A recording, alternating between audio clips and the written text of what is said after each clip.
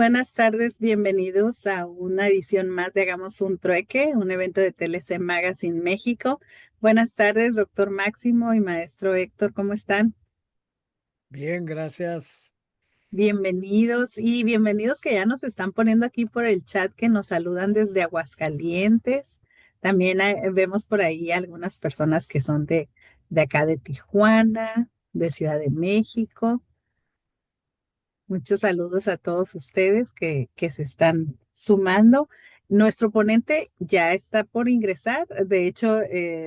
igual el enanito de internet nos estuvo por ahí. Le está el link como que no lo puede agarrar, pero ya está en eso. Y el día de hoy, pues tenemos un tema muy interesante que va a ser la fiscalización del valor en aduana y la subvaluación que es a cargo del doctor Balam Lamoglia, que ya ahorita les digo, él se está incorporando y pues aquí ya le están mandando saludos a todos también desde Ciudad de México, mucho gusto de que nos acompañen ya lunes, segunda semana de junio y ya nos estamos preparando para el Día del Padre, ¿verdad? Que este domingo que viene ya va a ser Día del Padre. Todos los que nos acompañan por acá, también ya los vamos a festejar esta semana. Muy bien, vamos a ir aprovechando estos, estos minutos para comentarles. Bueno, como vieron, ya se pudo conectar nuestro ponente, qué bueno, ya estamos listos. Nosotros somos, ya saben, muy puntuales, pero a veces el internet nos falla por ahí algún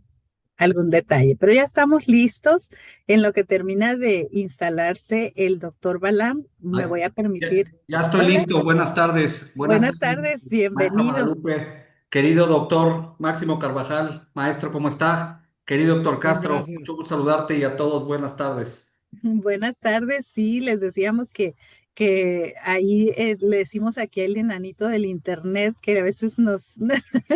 hace Yo travesuras. le picaba y le picaba para entrar y no me dejaba. Ya sé, ya ve. Bueno, pues me permito presentar la semblanza del doctor Balam,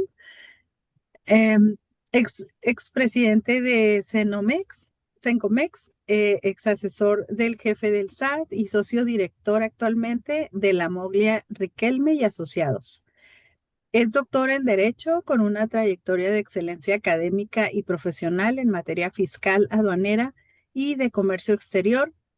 egresado de la Facultad de Derecho de la UNAM y con posgrados y maestrías en instituciones como Harvard, el ITAM y la Universidad Panamericana. Ha ejercido funciones claves en la Administración Pública Federal, incluyendo la Secretaría de Hacienda y Crédito Público y la Administración General de Aduanas. Como abogado postulante, asesor y litigante, ha trabajado con firmas líderes como Chevez, Ruiz, Samarripa y actualmente en la Moglia Riquelme y Asociados. Es también autor de varios libros sobre derecho fiscal y aduanero, incluyendo Derecho Procesal Fiscal y Aduanero, Valoración Aduanera, Litigio Aduanero, Infracciones y Sanciones Aduaneras.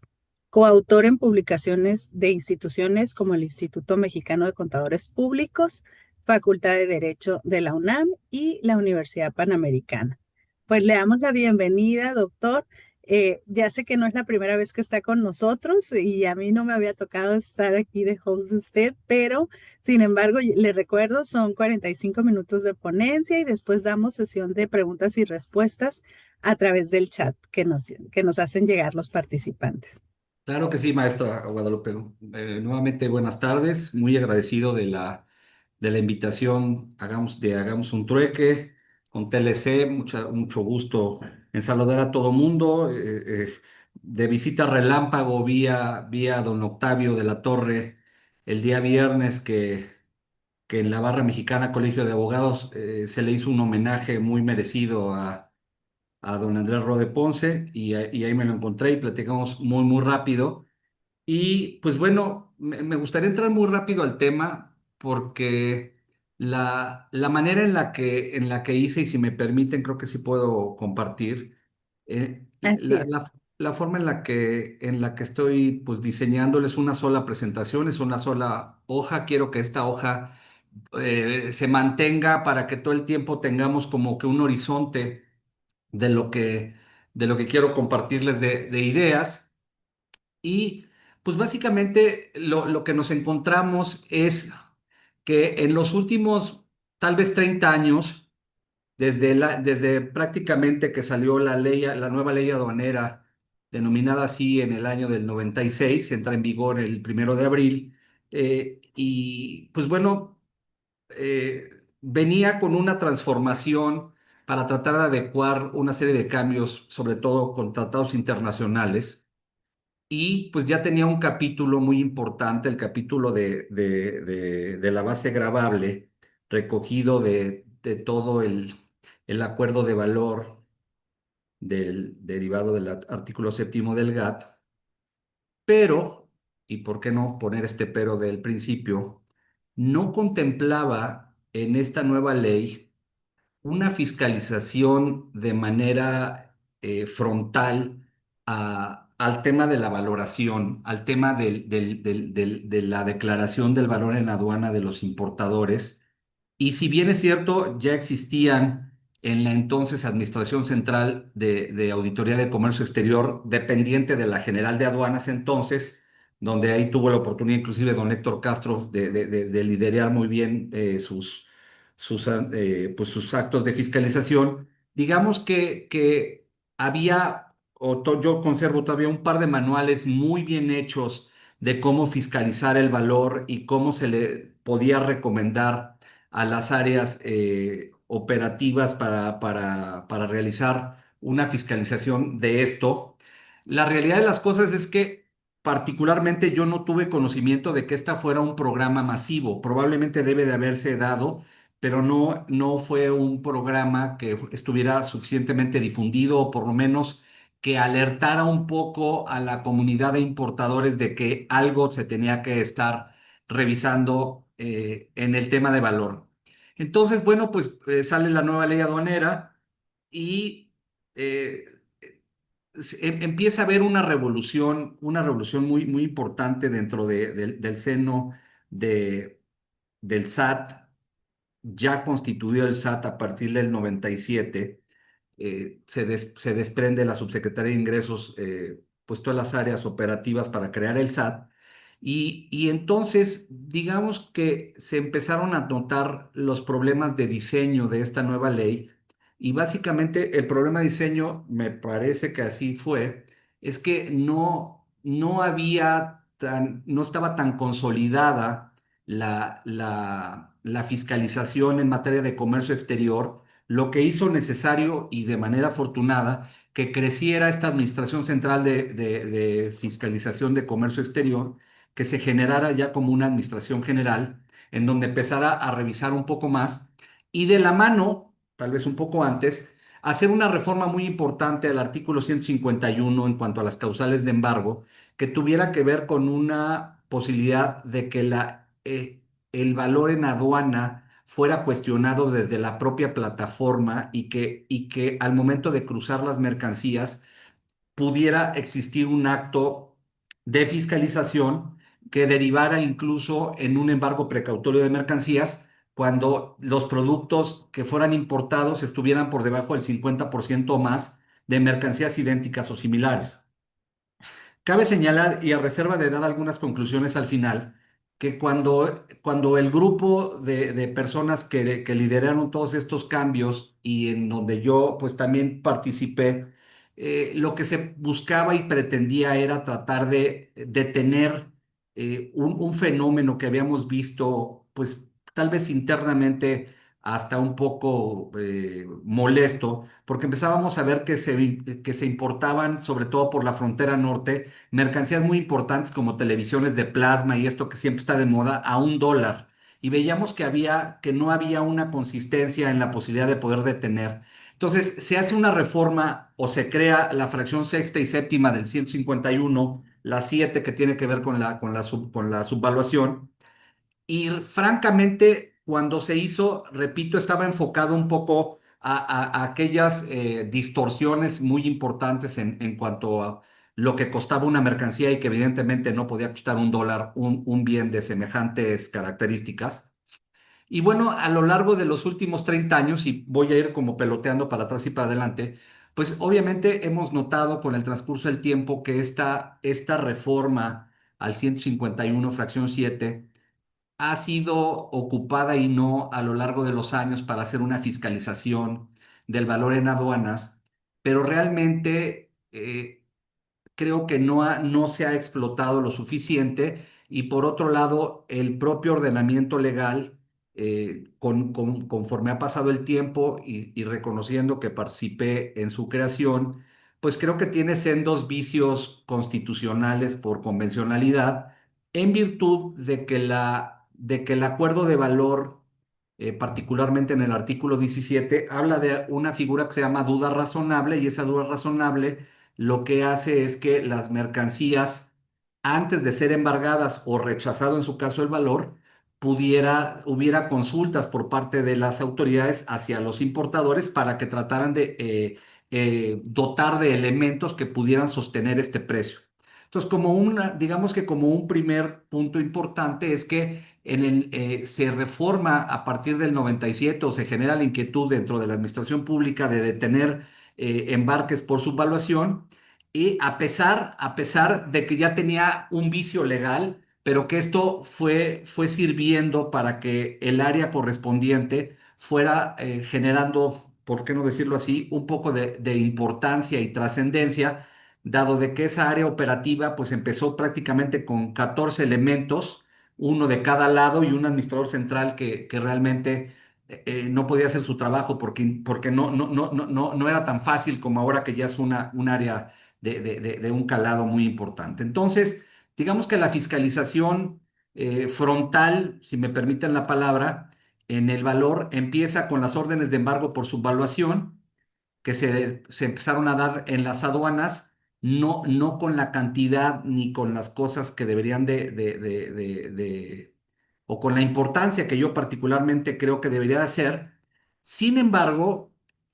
aquí viene un punto muy relevante, un punto que quiero hacer notar de forma muy importante, porque desafortunadamente, y lo digo también así, el artículo 151, fracción séptima, tuvo una reforma muy importante en donde limitaron a que no se podía realizar una orden de embargo, es decir, no podía haber una fiscalización en la aduana si las mercancías que se estaban importando eran sujetas a precios estimados y estaban garantizando mediante una cuenta aduanera de garantía. Esta modificación, que nunca hubo una ratio legis de por qué efectivamente se cambió, me parece que ha sido una reforma que ha permitido durante mucho tiempo que operaciones claramente de subvaluación pudieran estar cruzando día con día por las aduanas sin que tuvieran sus consecuencias de que el área correspondiente de la Administración General de Auditoría de Comercio Exterior pudiera hacer la investigación correspondiente para retomar o tomar, en su caso, el dinero depositado en las cuentas aduaneras de garantía para poder demostrarle a los importadores que hay una fiscalización importante del valor en aduana. Entonces, la primera parte que yo quiero y pretendo señalar es que normativamente hablando, hay, hay elementos para poder fiscalizar el valor, pero también hay que decirlo que la política aduanera que se tuvo, me parece, tratando de que hubiera más comercio, era un tema de facilitación y de tránsito de mercancías más que de una imposición de fiscalización de mayor trascendencia, como justo en este momento en las aduanas está ocurriendo, en donde hay cualquier cantidad de contenedores detenidos por un sinnúmero de causas, tal vez no de la manera más legal posible, pero sí haciendo, digamos, una labor de presencia que por más que moleste, también llama la atención porque no había existido en los últimos 25 años de que hubiera tantos contenedores detenidos legal o ilegalmente. El tema es, en concreto, que la fiscalización del valor en aduana, por lo menos en este tiempo, en el día que estamos viviendo, ha crecido exponencialmente. Y esto, por lo que entiendo y por una reunión que tuve hace poco a nivel central con las autoridades, lo que me comentaban es que ya además del SAT, además de aduanas, hay un organismo, una dependencia del gobierno federal que también se encarga de monitorear cómo están los precios de importación y están dando alertas y están avisando para que se pueda promover un poco más la fiscalización del valor en aduana. Y por eso espero que así lo hayan sentido también los demás colegas que nos estuvieran escuchando y sobre todo, pues mi querido maestro Máximo Carvajal y Héctor Castro, quien la verdad siempre para mí ha sido un ejemplo a seguir desde que lo conozco cuando era muy joven. Me parece que el tema de valor está siendo hoy en día muy recurrente. Yo en los últimos 2 meses, pues me ha crecido el trabajo de contestaciones de PAMA por su evaluación y una serie de cosas, tal vez en un 400 o 500% de por sí, que ya es un tema que me consultan mucho, precisamente porque creo que es un fenómeno y por eso la propuesta que le hice, maestra Chan, de practicar justamente este punto, porque si la fiscalización del valor en aduana está increciendo y realmente nos hemos dado cuenta que el fenómeno de la subvaluación no solamente ha perdurado en los últimos 25 años, sino que me parece que la mayoría de los importadores de ciertos productos sensibles han tenido que caer en esta mala práctica en aras de poder subsistir. Y aquí quiero hacer un pequeño paréntesis porque lo que voy a decir es completamente una opinión, por supuesto, personal. Pero yo he visto a lo largo de 25 años cómo muchas empresas, los he visto quejarse, me han consultado, lo han expuesto en diferentes foros, cómo es posible que se vendan en las calles, en el centro, en una serie de lugares, mercancías a precios tan irrisorios. Y lo curioso es que los que me han consultado eso siguen teniendo sus propios negocios, lo que implica y me hace pensar, por supuesto, que están practicando algo parecido a eso que se llama subvaluación y que a lo mejor en algún momento no estaban completamente de acuerdo, porque no habría otra manera para que subsistieran. Entonces estoy convencido de que el fenómeno de la subvaluación ha sido una enfermedad muy contagiosa, en donde realmente tienen que jugar digamos, en una dinámica, los comerciantes tienen que entrar en una dinámica a la que probablemente muchos mexicanos extranjeros, los que hacen comercio en México, seguramente al principio no estaban de acuerdo, pero también el hecho de que nadie hiciera nada y que las autoridades durante mucho tiempo no ejercieran estos medios de fiscalización, pues hicieran posible que el fenómeno creciera tanto, tal vez igual o más que el narcotráfico con las consecuencias que sabemos que ha crecido en nuestro país. Entonces, sí creo que el fenómeno de la subvaluación ha crecido mucho más que el narcotráfico, es una figura muy relevante en el ámbito del comercio exterior. Y yo lo he notado porque ya han brincado muchas empresas grandes que me han consultado para decirme, oiga, pues algo está pasando, están moviendo muchísimas aguas. Entonces, dándoles un panorama general de lo que yo considero que tiene que ver con esta situación de la subvaluación y de la fiscalización, es muy importante entonces empezar a programar, a prepararnos a que todos ustedes, a los que estamos asesorando a esos empresarios pequeños, medianos y grandes, a que la tendencia, y me parece que el mensaje que está mandando la autoridad ahora sí, es que va a haber un índice muy importante de fiscalización que tiene que ver con el valor, en donde yo quisiera dividirlo en dos, lo que sí estoy viendo y lo que no estoy viendo. Y lo que no estoy viendo, y ojalá que este mensaje llegue de la mejor buena fe, como lo quiero señalar, lo que no estoy viendo es que las autoridades de la Administración General de Auditoría de Comercio Exterior no están fiscalizando aquellas operaciones que se hacen con cuenta aduanera de garantía, porque yo no conozco a un solo colega que me haya dicho que su cliente le retuvieron las cantidades depositadas y por lo tanto, pues si estamos en un gremio que casi todos nos conocemos aquí, pues ya alguien estaría haciendo ruido. Entonces me parece que hay que sugerirle, hay que hacer una llamada de atención respetuosa a las autoridades de que las cuentas aduaneras, a través de los precios estimados, pues solamente están sirviendo para descapitalizar tal vez aquellas empresas que se portan bien, porque aquellas que se portan mal y que están subvaluando y que están ejerciendo el mecanismo de cuentas aduaneras de garantía, pues también tienen capitales muy, muy grandes porque pues se dedican, digamos, a las malas prácticas y eso pues también deja mucho dinero. Entonces, hay una parte que yo le quiero decir, o llamémosle así, la parte oscura de la fiscalización del valor, en donde pareciera que no se está haciendo nada. Y yo creo sinceramente que no se está haciendo nada en materia de fiscalización por parte del SAT. En cambio, sí creo hoy en día que la NAM, esta nueva Agencia Nacional de Aduanas de México, está retomando la fiscalización del valor de manera muy importante con un par de salvedades que me gustaría señalar y expresamente decirles que tengo un especial reconocimiento para las personas que han estado en la Administración Central de Investigación Aduanera los últimos 20 años y estas nuevas autoridades que me han hecho favor muchas veces de invitarme a tomar un café para poder platicar alrededor de los cambios y de aquellas cosas que valdrán la pena mejorar.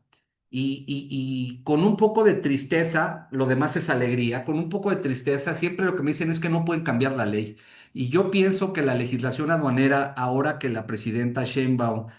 salió a señalar que valdría la pena hacer una reforma a la ley y que con ustedes, maestra Guadalupe, estuvimos la semana pasada en este foro importante tratando de ver la reforma a la ley aduanera, el tema de valor, como ustedes lo pudieron ver, pues fue muy relevante. O sea, yo pienso que esto que dicen las autoridades de la NAM, de la General de Investigación Aduanera, en cuanto a que tienen amarradas las manos, pues me parece que es cierto. Tienen amarradas las manos porque hay un texto en el 151, fracción 7, que limita a no poder embarcar precautoriamente cuando hay una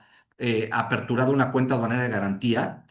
con la salvedad de que la semana pasada y antepasada, para los que pues, si están un poco enterados, ya detonaron las primeras órdenes de embargo por subvaluación, a pesar de que vienen con precios estimados. O sea, ya la autoridad está tomando, digamos, un frente más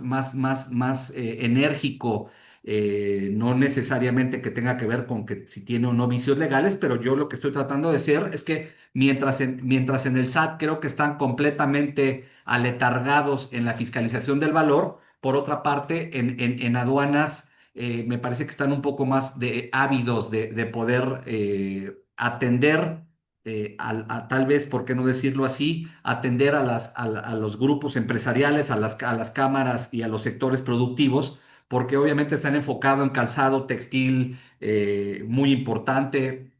están realmente fiscalizando de manera muy enérgica. Dicho todo lo anterior, la primera conclusión que me gustaría decirles a todos ustedes es que hoy en día la autoridad, sobre todo en aduanas, va por una fiscalización muy fuerte del valor. Hoy en día las autoridades están viendo cómo detener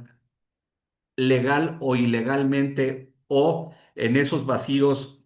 legales que existen de la figura del depósito ante la aduana, que también mi querido amigo Andrés Rode en la presentación que nos hizo el viernes bien lo señalaba, que es algo, maestra Guadalupe, que tal vez no se trató tanto en las ponencias de la reforma a la ley aduanera, pero yo creo que el depósito ante la aduana es una figura que está muy mal regulada en la legislación y que permite a las autoridades detener contenedores meses, días, sin que haya la posibilidad de poder decretar la legalidad o ilegalidad de dichos actos. Entonces, es muy importante que consideren que ya va a haber una fiscalización. Me parece que ese es el rumbo que va a tomar. Me parece que el rumbo de las jornadas que tuvimos de ponencias para la reforma a la ley aduanera, todas van encaminadas a tratar de ser un poco más claros, pero más fiscalizadores.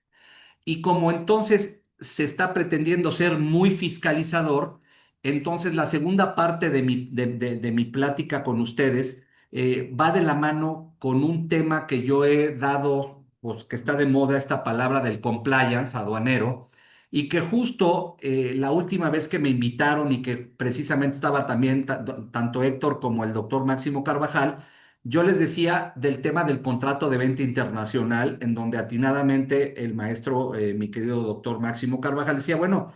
cuando yo pregunté si había alguna normatividad que fuera obligatoria para el contrato, bueno, pues ya hay un tratado internacional que, si bien es cierto, la ley mexicana, la ley aduanera, claro, no lo señala como obligatorio, ya estamos viendo en el reglamento que se está moviendo para que la gran mayoría de las operaciones de comercio exterior, sobre todo, por lo menos en la fiscalización, nos están, o yo he visto a mis clientes que cuando les mandan algún tipo de requerimiento, o cuando tratan de demostrar algo, o cuando hemos ido a nivel central a tratar de ver o a abogar por una empresa que no está subvaluando, lo primero que nos piden las autoridades es un contrato de compraventa internacional. Entonces, esta parte, si me lo permiten, de compliance, lo que quiero señalar es una serie de cuestiones que, conforme ha pasado el tiempo, he notado que no se ha atendido, o por lo menos los clientes con los que yo me preguntan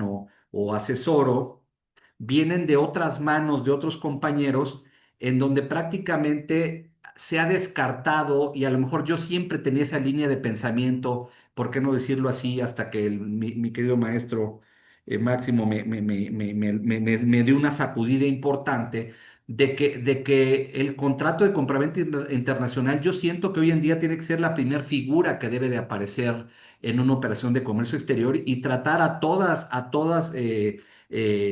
o de todas formas, de tratar de lograr el objetivo de, por muy concreto que sea el documento, tratemos de generar esa compraventa, ese contrato, sobre todo en operaciones donde hay muchas operaciones completamente recurrentes. Es bien importante que sepamos que nosotros estamos asesorando a empresas que se dedican al mismo giro, y entonces tienen a los mismos proveedores, por lo que resultaría incluso hasta un poco ingenuo, y así me sentí, querido maestro, cuando yo estaba ingenuamente diciendo, es que la ley no lo obliga, cuando pues a operaciones grandes tiene que haber resoluciones grandes, y tiene que haber justamente toda la documentación que permita un problema internacional, sobre todo pues cómo podemos demandar a un chino en China, ¿no? Perdón por el ejemplo. Entonces, yo creo que aquí lo más importante, como una primera sugerencia, precisamente del compliance, es señalar que tiene que haber un contrato, y ese contrato, que es complejo, por lo menos debe de tener en su cuerpo, en su estructura, debería de tener al menos cuál es el tipo de contratación que van a emplear, y dentro de este tipo de contratación, yo creo que, como en cualquier contrato, y digámoslo un poco en el ámbito civil, pues tiene que quedar perfectamente señalado el precio y la cosa, tiene que quedar perfectamente a qué se están refiriendo, tal vez llevarlo a anexos, porque siempre me dicen los clientes, oye, es que yo compro la temporada que viene, no sé qué voy a comprar porque a lo mejor sale algo nuevo. Pero sí creo que debe de quedar por lo menos estipulado el tipo de bienes que se van a, que va, o sea, que van a verse durante la transacción. Y un punto muy importante. Este punto muy importante lo he notado desde hace mucho tiempo, y por eso lo puse con mayúsculas incluso, que es increíble cómo al día de hoy gente que tiene años en el comercio exterior no domina el tema de los Incoterms, no tiene claro cuáles son los términos y cuáles son las obligaciones y las consecuencias, y podemos ver que hay documentos en donde hablan de una contratación con un Incoterm puesto en fábrica, o sea, un ex works, y de repente vemos pedimentos que ya dicen CIF. Entonces, aquí hay algo muy importante, porque lo que yo he notado, los asuntos que sí me han pasado de rechazo, digamos, de valor, o tema de fiscalización por parte de la GASE, ha sido alrededor de los incrementables. Entonces, es muy importante que veamos, que recomiende que revisen perfectamente el Incoterm que están utilizando, y particularmente que sea muy puntual el tema de los incrementables, entendiendo incrementables, y perdón que lo diga de manera tan simplista, como que en el precio en el que están comprando debe de quedar perfectamente estipulado. Si lo que están pagando, hasta dónde les lleva su mercancía. Lo que yo he notado prácticamente en todas las operaciones que he asesorado en los últimos años es que se están decantando casi todas las operaciones a FOB o a Xworks. Me ha llamado mucho la atención que, por lo menos en los clientes que yo he atendido en los últimos 4 o 5 años, es muy raro que veamos estas operaciones en CIF. Yo creo que sobre todo por la complejidad que ha tenido después de la pandemia, todos los costos tan exponenciales y los picos que ha habido en cuanto a los fletes, el costo de los fletes marítimos, y probablemente esto ha atrincherado, tal vez, por si me lo permiten el comentario, a los proveedores a tratar de poner afuerita de su fábrica ante la volatilidad que hay de los precios y que evidentemente esto se distorsione. Y a pesar de esto, yo sigo viendo pedimentos con Incoterm SIF que yo particularmente cuando los veo no los creo. Entonces, yo sé que aquí habemos tanto asesores como académicos, como probablemente mucha gente que está importando. Yo les pido que revisen claramente este tema porque me parece que está habiendo muchas distorsiones. Ahora bien, eh, dentro del compliance aduanero y lo que yo he notado rápidamente en el tema de fiscalización, es que cuando llega un requerimiento por parte de las autoridades, lo primero que piden, además del contrato, es una orden de compra. Dicen, a ver, tú enséñame el mail en donde hiciste una orden de compra, y la gran mayoría de los casos en los que me he enfrentado me dicen, es que no hay. Y la verdad es que no les creo. O sea, cuando yo pregunto dónde hay una orden de compra, cuando me dice el cliente que no hay, no le voy a creer porque las cosas no salen de la nada. Entonces o sea, como que yo poco a poco me he ido sensibilizando, o tal vez ya la edad me ha dado mucho más para darme cuenta cuando una operación trae algo escondido, pero yo pienso que la orden de compra es lo primero que existe, incluso en la mayoría de los casos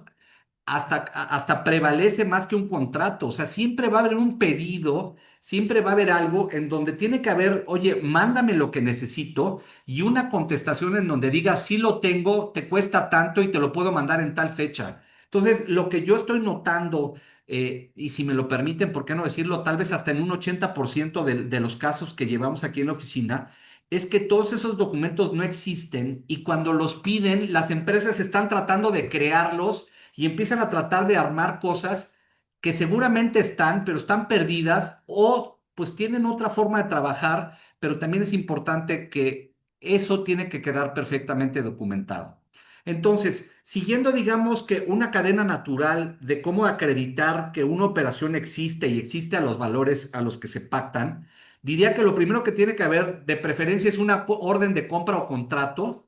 En ese contrato tiene que haber perfectamente plasmado el precio, las cantidades y el Incoterm en el que se va a dar.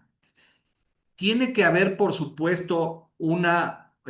incrementable. No me refiero a que tiene que haber forzoso, sino que, por supuesto, que si no está en el precio, tiene que estar reflejado en el pedimento, reflejado en otro tipo de gastos, que generalmente ahí es donde también empiezan a haber muchas distorsiones. También he recibido las 2 semanas anteriores algunos PAMAS en donde ya se está cuestionando hasta el valor de fletes consolidados, ¿no? O sea, ya no nada más en contenedor, sino ya también está cuestionando la autoridad. Investigación aduanera ya está cuestionando, es decir, oye, pues es que tú pusiste un incrementable como que venía de China y te costó $100 la carga que venía en consolidado, eso no vale. Entonces, ojo, porque también aduanas ya está revisando, no me parece que lo más correcto posible, pero ya puso el ojo en el sentido de revisar operaciones consolidadas para revisar si los incrementables que se están dando están, digamos, a precios de mercado, si me lo permiten la expresión. Entonces tenemos una operación de compraventa que va a ser cuestionada en la aduana o en un acto de fiscalización posterior. Entonces tenemos que presentar contrato que traiga un Incoterm, que haya una orden de compra, que esos incrementables estén perfectamente definidos. Y yo siempre recomiendo que haya una confirmación de pago. Lo que nunca veo es un mail una información por parte del proveedor en donde diga, Balam, ya pagaste, ya no me debes absolutamente nada. ¿Por qué? Porque la dinámica del día a día lo que dice, no, pues ahí está el estado de cuenta y ahí velo. Y para los que estamos, yo creo que muy inmersos en esto y que han tenido la oportunidad de ver la contabilidad de algunas empresas, se podrán haber percatado de que cuando hay compras recurrentes, lo que hacen las empresas, sobre todo los mexicanos, es que no pagan la factura en la cantidad total, sino hacen como un tipo de fondo revolvente en donde te pago las dos facturas, te doy una, te mando lana de las dos anteriores, pero te mando un anticipo, pero te mando para otra cosa y nunca queda reflejado. Entonces, cuando a mí me dan estados de cuenta para revisar una operación,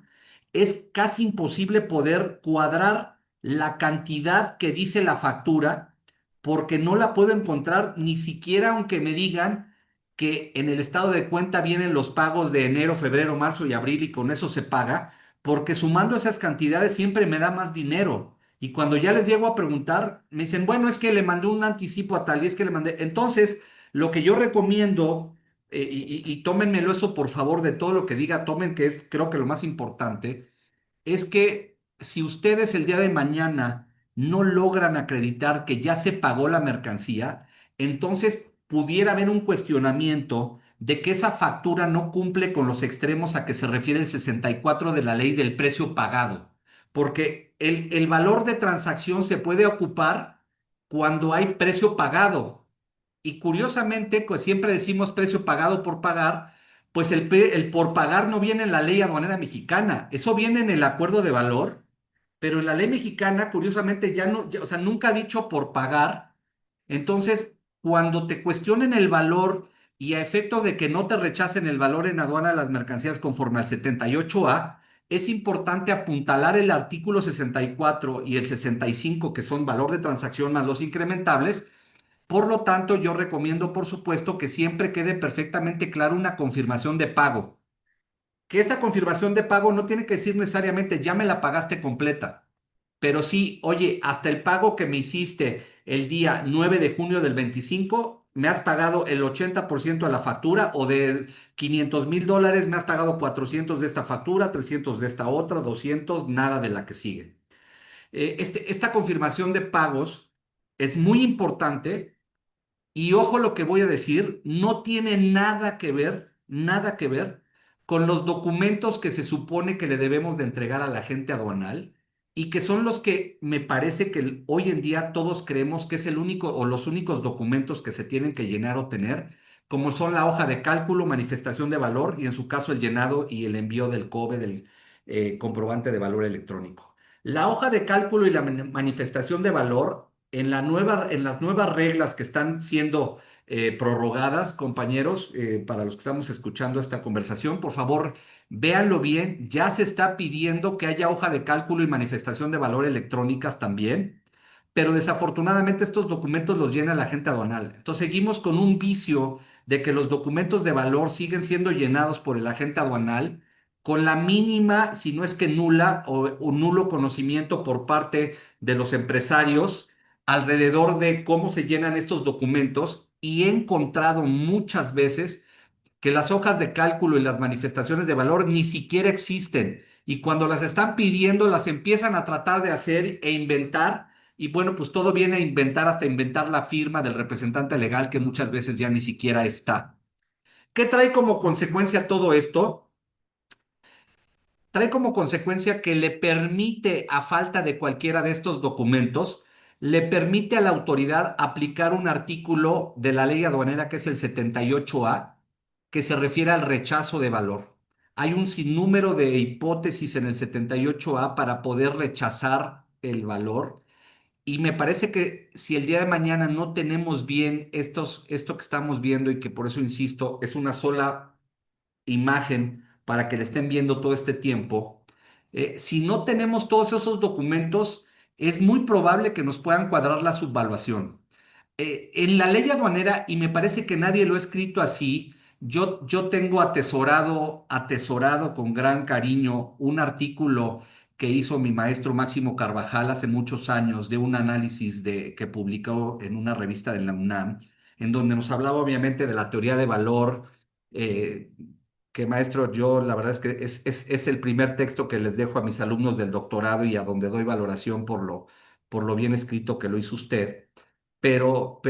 lo que creo es que está faltando mucha información alrededor del valor. Está faltando mucha información de tener un poco más de conocimientos porque pareciera que no es obligatorio saber valoración porque generalmente usamos el valor de transacción. Desafortunadamente en la ley, y es bien importante que lo sepan, hay dos tipos de subvaluación. Hay la subvaluación por defraudación o fraude comercial cuando se manipula una factura o cuando se cambia el valor deliberadamente en una confabulación o una simulación entre proveedor y comprador. A esa, si me permiten, yo ahora voy a empezar a llamarla como una subvaluación dolosa. Y hay otra subvaluación que se llama culposa, o yo le quiero llamar culposa en contrario, que es a la que se refiere el artículo 151, fracción 7 de la ley, porque a pesar de que yo traiga mi valor perfectamente determinado, a pesar de que yo haya comprado un teléfono o un lote de cosas en el extranjero perfectamente documentado y decir que esos iPhone que compré me costaron $100, la ley aduanera permite y configura una causal de embargo si me encuentra una operación idéntica o similar por otro importador dentro de 90 días y entonces no solamente me va a decretar una omisión de contribuciones, me puede quitar mi padrón de importadores y me puede generar o me puede consignar ante un ministerio público el día de mañana por un delito de defraudación fiscal o de contrabando, obviamente un contrabando técnico en términos del artículo 102 del Código Fiscal de la Federación. Entonces, muy importante que sepan, por favor, porque hay aquí, y con esto quiero terminar, maestra, para poder abrir y seguir con lo que me dijo usted, me quedan 3 minutitos para cumplir con los 45 que por favor, a mí muchas veces me habla gente muy molesta y me dice, es que yo no soy subvaluador. Le digo, no sé si creerte, pero si te creo, no importa, porque la ley aduanera permite que te embarguen mercancías, que te consideren como un delincuente aunque tú demuestres lo que tengas que demostrar, porque la ley permite claramente embargarte mercancías, permite claramente liquidarte, omisión de contribuciones, aplicarte las multas y si te pasas de la cantidad del delito a que se refiere el delito de contrabando en la fracción segunda del 102, es suficiente para que ya estemos frente a un delincuente. Esa empresa, ese importador ya es un delincuente. Entonces, ojo, la labor de ustedes, la labor de nosotros es tratar de apuntalar nuestro valor en aduanas en términos de los artículos 64 y 65. ¿Para qué? Para que si contamos con esto que estamos viendo en las primeras líneas bueno, de esta imagen,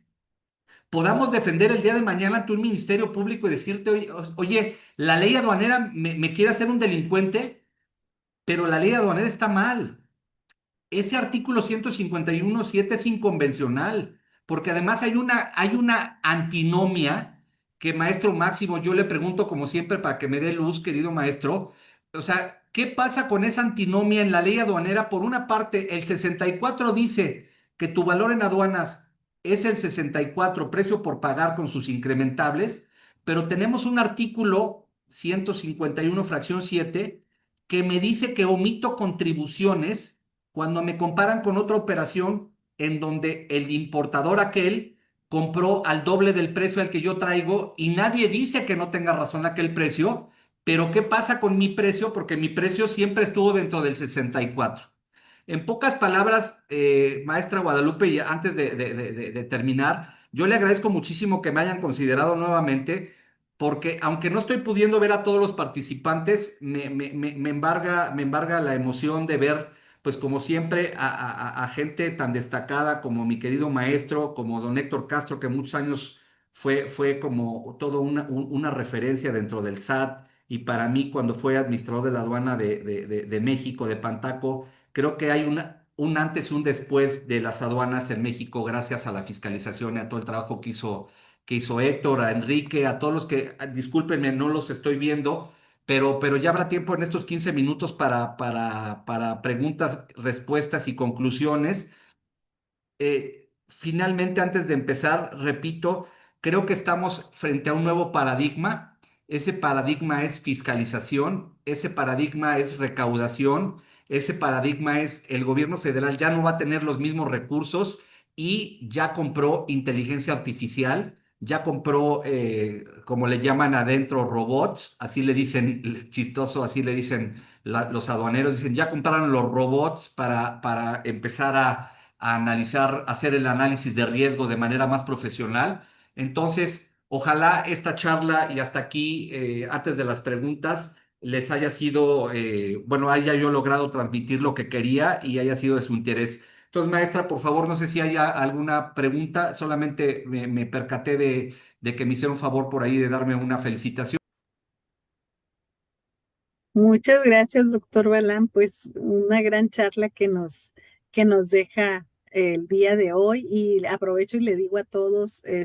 pueden irlo a consultar al canal de YouTube de TLC Magazine México y ahí donde están los en directos, así se llama la nueva pestaña, ahí lo pueden revisar y darle like y compartirlo. Ahí van a checar todos los detalles. Si les quedó alguna duda, ahí están todos los detalles en esas grabaciones para que nos puedan seguir y que le den like para que esto se difunda más entre la gente del comercio, en esta comunidad que es tan importante que le da mucho motor al país, ¿no? Es muy interesante. Bueno, si me permite, voy a entregar el reconocimiento TLC Magazine México y hagamos un trueque, otorgan el presente reconocimiento al doctor Balam Lamoglia por hacer un trueque en la plática virtual con el tema fiscalización del valor en aduana y la subvaluación. El día 9 de junio de 2025 lo firma el doctor Octavio Latorre y la maestra Daniela Martínez. Muchísimas gracias y muchas gracias a todos por su participación. Muchísimas gracias a ustedes por la invitación y ojalá que nos sigamos viendo pronto. Así va a ser. Muchas Gracias. gracias, doctor. Estuvieron muy activos todos. Muchas gracias. Nos vemos el próximo miércoles.